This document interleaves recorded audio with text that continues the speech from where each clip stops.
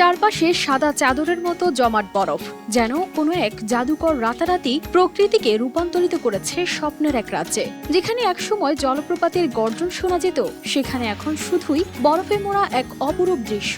এ যেন সাদা বরফের পাহাড়। প্রচন্ড ঠান্ডায় পাহাড়ের গা বেয়ে নেমে আসা পানি জমে গিয়ে তৈরি হয়েছে বরফের স্তর, যা দেখতে ঠিক কোনো বিশাল বরফের ভাস্কর্যের মতো।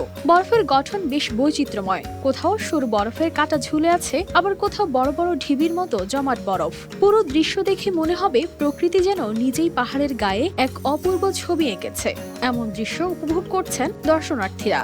চীনের কিংঝৌ শহরের এই জমাট বাঁধা জলপ্রপাত হয়ে উঠেছে পর্যটকদের এক নতুন আকর্ষণ। বছরের অন্যান্য সময় যেখানে পানির কলকল শব্দে মুখরিত থাকে চারপাশ, সেখানে শীতকালে দেখা যায় গভীর শীতল নীরবতা। ঠান্ডার ছোঁয়ায় জলপ্রপাতের প্রবাহ থমকে গেছে, কিন্তু তার সৌন্দর্য যেন আরো বেশি মুগ্ধকর হয়ে উঠেছে।